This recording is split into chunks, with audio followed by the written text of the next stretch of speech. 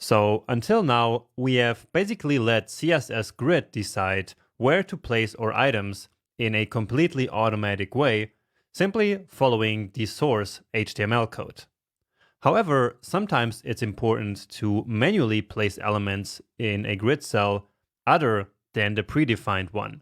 And so let's now learn how. And let's start by turning this one here off, set this here back to 1FR, and actually let's turn this height back on. So this makes it look a little bit better. And also here I will increase the gap because that will make it easier to visualize what we are going to do now. Okay, but now let's go to the topic of this video, which is about how to place a certain grid item, like this one here say, into another grid cell, like here for example. So into a grid cell that was not its default one. All right. And going back to that terminology of grid cells and all that, let me actually show you the very helpful dev tools that we have for CSS grids. So here you can actually see many of the terms that I mentioned before in the theory lecture. So you have the numbered grid lines, like 1, 2, 3, 4, 5. You have the gutters, and you also can see the grid cells. Well, let me turn one of them off, like this one here. So to turn this on, we need to actually click this here. And so here you can see that basically the intersection of these two grid lines here creates this cell. So right now this cell does not have any grid item, and that is perfectly okay. Then here you have the so-called gutters, which we can create with the gap. And yeah, so these are then the tracks, so the row tracks and the 4 column tracks like this, right? But now we are actually interested in these numbered grid lines here, because they will allow us to place any grid item wherever we want. So let me show you how. And for that, I'm leaving it turned on here. So let's actually use that example I mentioned in the beginning. So placing this grid item here inside of this grid cell. So basically in this position here. So let's select it. It is element 8. So the class is this one, L8. And we want it placed here. And so that is column number 2 as visible from this grid line, and row number 1 as visible from this grid line. So let's start actually with the column. So we can say grid column. And then, as I said, that's column number 2. And then we can also specify the end, basically. So we say that it should start at column number 2 and end at column number 3. So right here. So if I save this now, then you see that it did actually move to the second column. Now this created then an additional row here, but let's fix that now by moving it here to row number 1. So again, turning these on, now to grid row number 1, 2, 2, right? And keep in mind that these two are properties that always need to be used on grid items, right? So these here, like grid template columns, rows, and gap, are used on the grid container, while these are used on grid items. But anyway, let's put it here exactly where we want it. And there you go. Now it is right here, exactly where we placed it. And now let's do the same with this one here. And I want to place it down here. So let me select it first. So that's element 2. And now I want you to pause the video and write the code to, again, place this item exactly in this cell.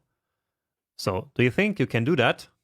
Hopefully you can, and I see you here in a minute once you are ready.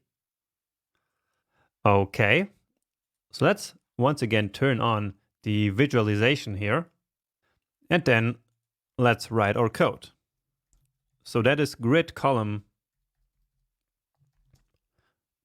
1 to 2, right? So it should start here and go here. And then as for the row, it should go from 2 to 3. So grid row 2 to 3. And there it is. Beautiful. And actually, if the second value here is just one more than the first, we can omit it. So we can do this, and it will still be in the same place. However, what do you think will happen when we specify a second value that is actually not just +1? So we had this, but what if we did this? So what do you think it is going to look like now? So let's save that. And, well, now this item spans across 2 cells. So let's again bring back. And so, yeah, this is exactly what we specified. So column 1, 2, 3. And so therefore, now it fills these 2 cells here. And so this is the trick that we use in order to have an item span across multiple grid cells. And of course, we could use any other number here, like 4, right? And so now it spans across these 3 cells. And notice how I just said 3 cells, right? So sometimes we might not want to do math here. And so instead of this, we can actually also say span 3. So in other words, instead of specifying the final value of the grid line, we can simply say start at 1 and then span across 3 cells. And so this should now look exactly the same, and it does. So let me keep that other one here as well. So as a reference, basically. But these two are exactly the same. All right. And if we say span 2, well then, as you can expect, it will only span across 2 cells. And then like this, which is quite unnecessary, but just to see it, now we are back to filling only 1 cell. Now, of course, we can also say span 4, and then it will go all the way from one side to the container of the other one. And let's actually keep working with this situation where we want one grid item to span all the way to the end of the container. So in some situations, we might not even know how many columns there are in a grid, or we might simply not want to think about how many cells we need to span. And so in those situations, there is a very nice trick that we can use instead of manually spanning. So let me again just copy this and turning it off to keep it as a reference. All right. And so if we simply want one element to span all the way to the end, we can use -1. So you see the result is the same. And this still works, of course. For example, if we started this at 2, so then it would start at 2 and it would span all the way to the end, which is -1. And now let me quickly show you why this trick works, which is actually a really great trick, a really great idea. So you see that these grid lines go from 1 to 3 to 5 here at the top of the grid. However, at the bottom of the grid, if you see it, then they go from -1 to -5. So basically in the opposite direction. So what this means is that each of these grid lines actually has 2 numbers. So this one is not only 4, but also -2. And so this one, which is the last one, is not only 5, but it is also -1. And so this is why the trick works. So we start at 1, which is here. So this grid line is called 1 and -5. And so we can just use this one. So 1. And then we go all the way to -1, which again is this last one here. And so this is why this trick works. Okay, and Finally, of course, the same thing. So spanning also works for rows.